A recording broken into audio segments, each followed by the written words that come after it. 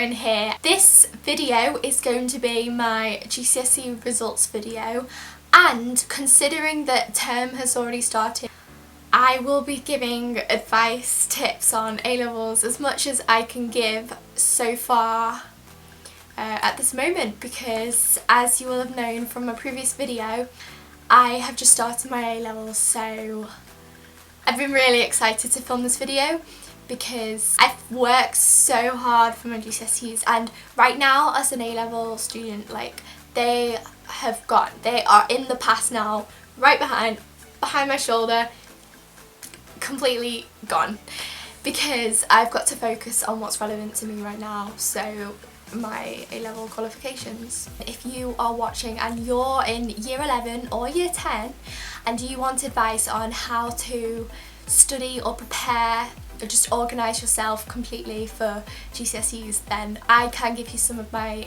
best pieces of advice. Okay, so I'm going to just say my grades off all in one, and then I think I'll explain how I got my grades and what I did basically to prepare for them. So in biology I got an A, I did the triple sciences, and in chemistry I got an A, in physics I got an A, in maths we did the IGCSE qualification and I got an A again, and what else, English literature I got an A, English language I got an A star, German I got an A star, French I got an A star, Latin I got an A star, and for UMS and 3 out of 4 papers.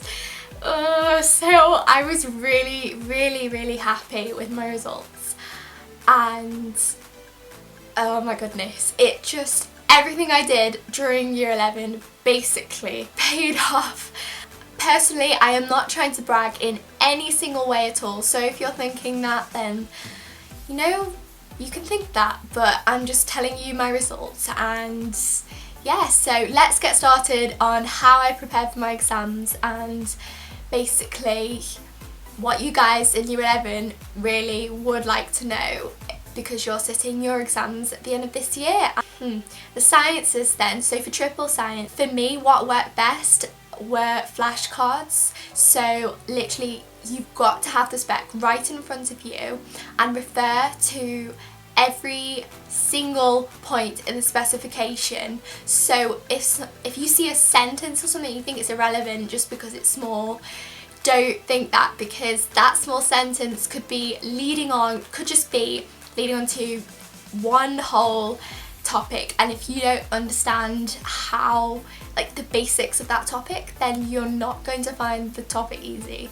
So I suggest that you basically become aware of everything you visually see on the specification, and I would say this for all your subjects, because if you want that top grade, or you know, if you're aiming for a B or a C, then you know you've got to give yourself the chance to do that and not limit yourself. Okay, so with the flashcard technique for studying, I know a lot of people actually use these, and I follow the student room a lot for my studies and revision techniques, because I know when I was studying throughout my GCSEs that I needed to generate some new techniques for various subjects, because obviously studying for a language is different to studying for a science. So you're not studying thousands or hundreds of words of vocab for science, unless you're doing, like, you know, chemistry or physics, like an atom or molecular formula. But anyway, so these are the flashcards that I use for my exams, and I'm using them right now for A-levels, like reading around my subject. I like to write down, because I'm doing sciences for A-levels, so I write down a formula on one side, and then I write on the back what the structural formula is, or how many atoms there are, or name the elements. Basically, flashcards are the way to go for me, and if you find them useful, then you know, stick to them, like stick to your gut instinct on your favourite techniques. That's pretty much what I did for the sciences. I literally had, by the end of it, like, we took 3 units for each science, so I had 9 mounds, 9 huge piles of flashcards. So yeah, but they paid off in the end and I'm really happy. So yes, let's just hope it works for A-level, and yeah. So okay, so for languages, but especially for language GCSE, so I took French and German, both exams. Like, we had coursework, so we had a speaking exam and a speaking and writing were both the two coursework. If you're doing a language, you know how it works and all that jazz.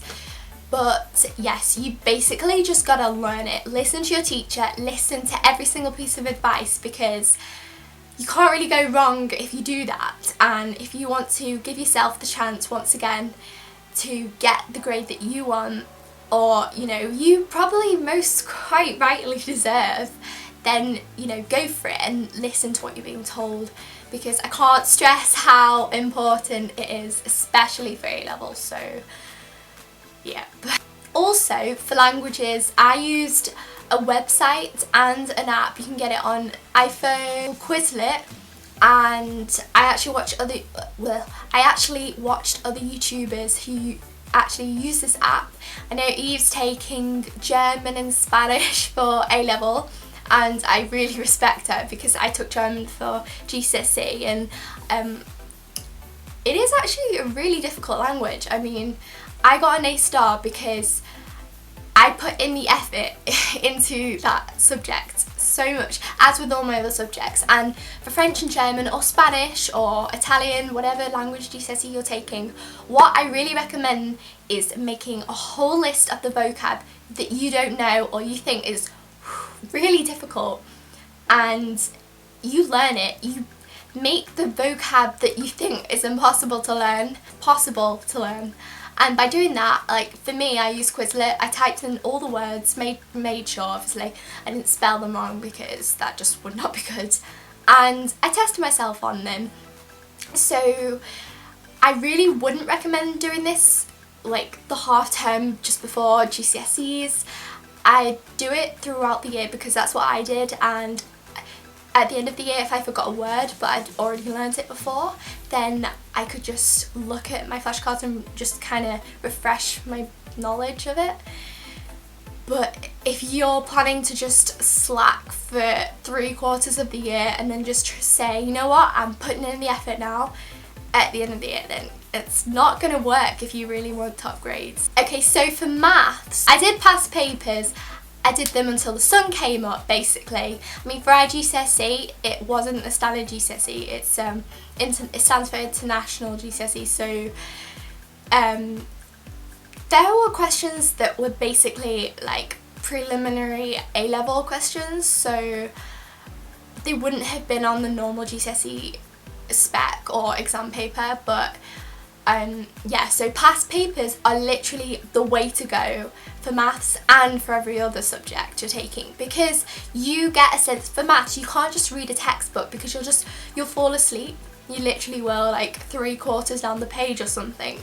So you need to be active in your revision for maths, writing sums, practicing formulas and how they work, and yes, you can't get wrong with that, I can assure you. Another language, Latin, I really have a passion for. I love Latin just as much as I love French and German, and seriously, like, people said if you're taking 3 languages, surely it won't be really hard.